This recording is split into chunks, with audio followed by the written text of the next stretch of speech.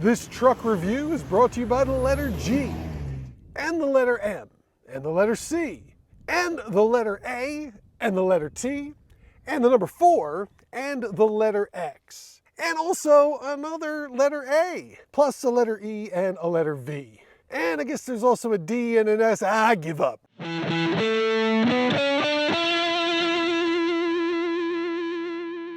The GMC Canyon AT4X is the high-performance off-road version of this midsize pickup, but this AEV edition takes it to the next level. It's mechanically similar to the Chevrolet Colorado ZR2 Bison and features a package of extreme off-road equipment developed by AEV, American Expedition Vehicles.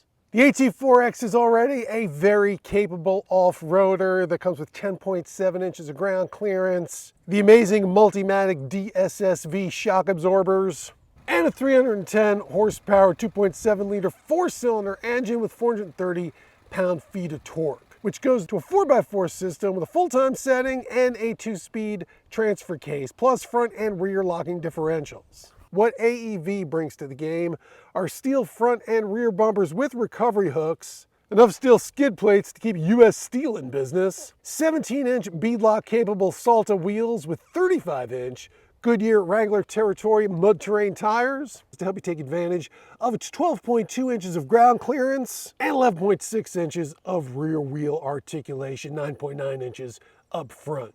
The AT4X is already an outstanding off-road model, although it's geared a little more towards high-speed off-road driving, while this one adds more hardcore rock crawling capability.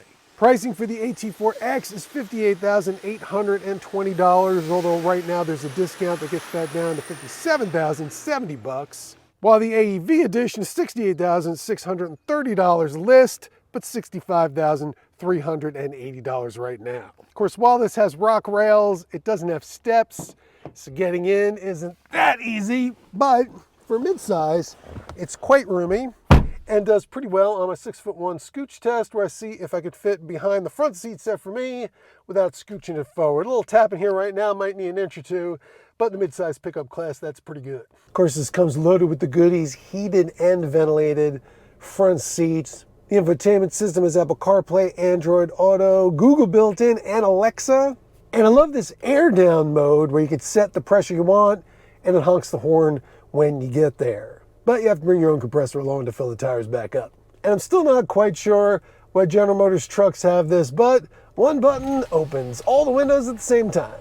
The AEV Edition also comes with a full-size spare tire carrier for the bed, which does take up a decent amount of space in the bed. But if you're looking for a little extra room, check this out.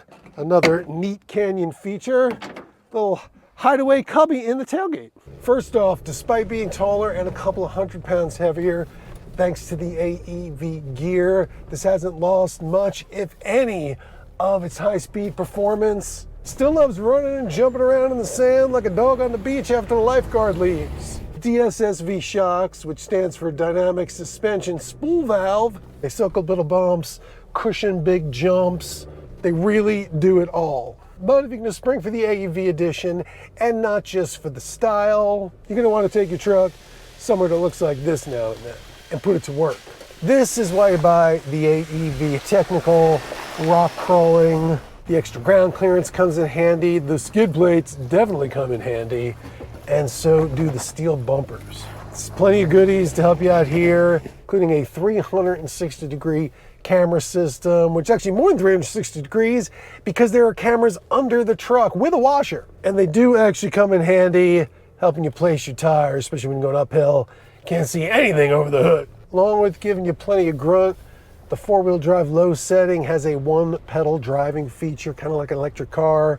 Let up on the accelerator and the brakes automatically apply. It takes a little of the work out of a tricky section. It's just remarkable how good these shocks are, especially considering that they were originally developed for Formula One cars and Indy cars. And it was years after that before they figured out, you know what? These would probably be good on a truck too. The thing is, while they are good for off-road truck stuff, they make this good on the road as well. You would never in a million years believe these were passive shocks. They're just so good at everything, it's hard to imagine that a computer's not telling them what to do. I also like the fact that you can leave the camera on at all times, at all speeds, because it comes in handy in the city. And looking out behind you, because that tire takes up a lot of space in the rearview mirror. But while this is nice on the highway and has adaptive cruise control, it also only gets 16 miles per gallon combined. 16 on the highway and 16 in the city. So while it's rated to tow up to 5,500 pounds, it's not exactly a long hauler between fuel stops, which might be the only thing it has in common with an electric vehicle. You know, considering how many letters there are in this truck's name, there are 3 they somehow missed. F-U-N, because that's exactly what this is.